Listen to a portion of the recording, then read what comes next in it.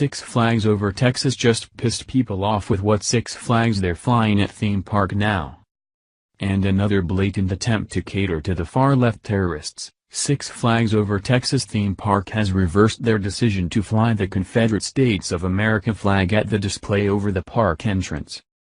Although park management had originally decided to keep the flag flying, they released a statement Friday explaining their wimpish decision to remove the flag. The statement released explained that the park is about having fun and celebrating the things that unite us, not things that divide us. The Arlington theme park was named for the Six Flags that have flown over the state of Texas throughout its history. The Confederate flag has always been one of those Six Flags. Park officials had previously stated that they saw a fundamental difference between the flag they fly and the Confederate battle flag. Six Flags management falsely claimed that white supremacists and neo-Nazis adopted the battle flag, not the original Confederate flag which they fly at the park. However, the truth is both flags flew during the Civil War. During the Civil War the Southern Cross Confederate flag replaced the original design because it was said to cause confusion on the battlefield because of how similar it is to the Union flag. Because of this, Confederate generals petitioned for a new flag, which led to the Confederate battle flag most are familiar with today, which is actually the Southern Cross design. Confederate history. Myth: the Confederate battle flag was flown on slave ships. Fact: none of the flags of the Confederacy or Southern nation ever flew over a slave ship. Nor did the South own or operate any slave ships. The English, the Dutch and the Portuguese brought slaves to this country, not the Southern nation. But, even more monumental, it is also very important to know and understand that Federal, Yankee, Union ships brought slaves to America. These ships were from the New England states, and their hypocrisy is atrocious. These Federals were ones that ended up crying the loudest about slavery. But without their ships, many of the slaves would have never arrived here. They made countless fortunes on the delivery of slaves as well as the products made from raw materials such as cotton and tobacco in the South. This is the problem with Yankee history. History is overwhelmingly portrayed incorrectly by most of the Federal and Yankee books and media. Myth: the Confederate battle flag represented the Southern nation. Fact: not true. While the Southern battle flag was carried into battle, the Southern nation had three different national flags during the course of the war. The first national flag was changed due to a resemblance of the U.S. flag. The second national flag was subsequently modified due to the similarity to a flag of truce. The third national flag was the adopted flag of the Confederacy. The Confederate battle flag was never a national flag of the Confederacy. It was carried into battle by several armies such as the Army of Northern Virginia and the Army of Tennessee. Was also used as a naval jack by the Confederate Navy. Myth: the Confederate battle flag is known as the Stars and Bars. Fact: a common misconception. The first national Confederate flag is correctly known as the Stars and Bars. The Confederate battle flag is known as the Southern Cross. Myth: the Confederate battle flag represents racism today. Fact: the Confederate battle flag today finds itself in the center of much controversy and hoopla going on in several states. The cry to take this flag down is unjustified. It is very important to keep in mind that the Confederate battle flag was simply just that. A battle flag. It was never even a national flag, so how could it have flown over a slave nation or represented slavery or racism? This myth is continued by lack of education and ignorance. Those that vilify the Confederate battle flag are very confused about history and have jumped upon a bandwagon with loose wheels. Myth: the United States flag represented freedom. Fact: no chance. The U.S. flag flew over a slave nation for over 85 years. The North tolerated slavery and acknowledged it as a division of labor. The North made a vast fortune on slavery and its commodities.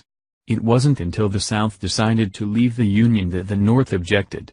The North knew it could not survive without the Southern money. That is the true definition of hypocrisy.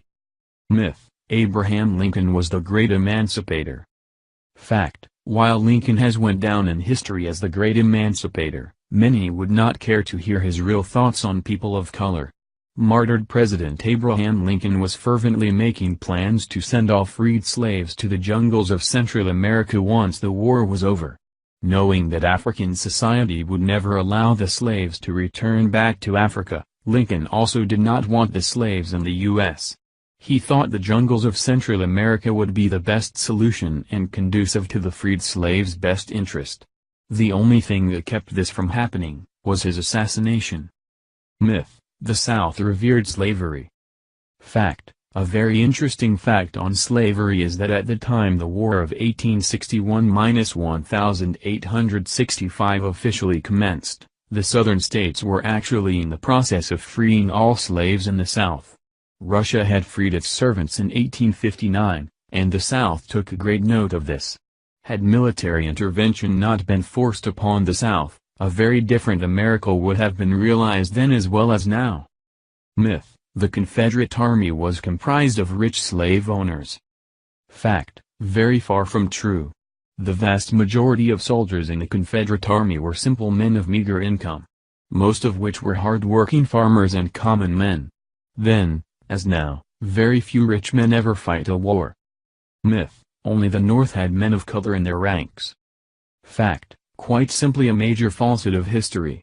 Many blacks, both free and of their own will, joined the Confederate Army to fight for their beloved Southern home. Additionally, men of other ethnic extraction fought as well. Oriental, Mexican and Spanish men as well as Native American Indians fought with pride for the South.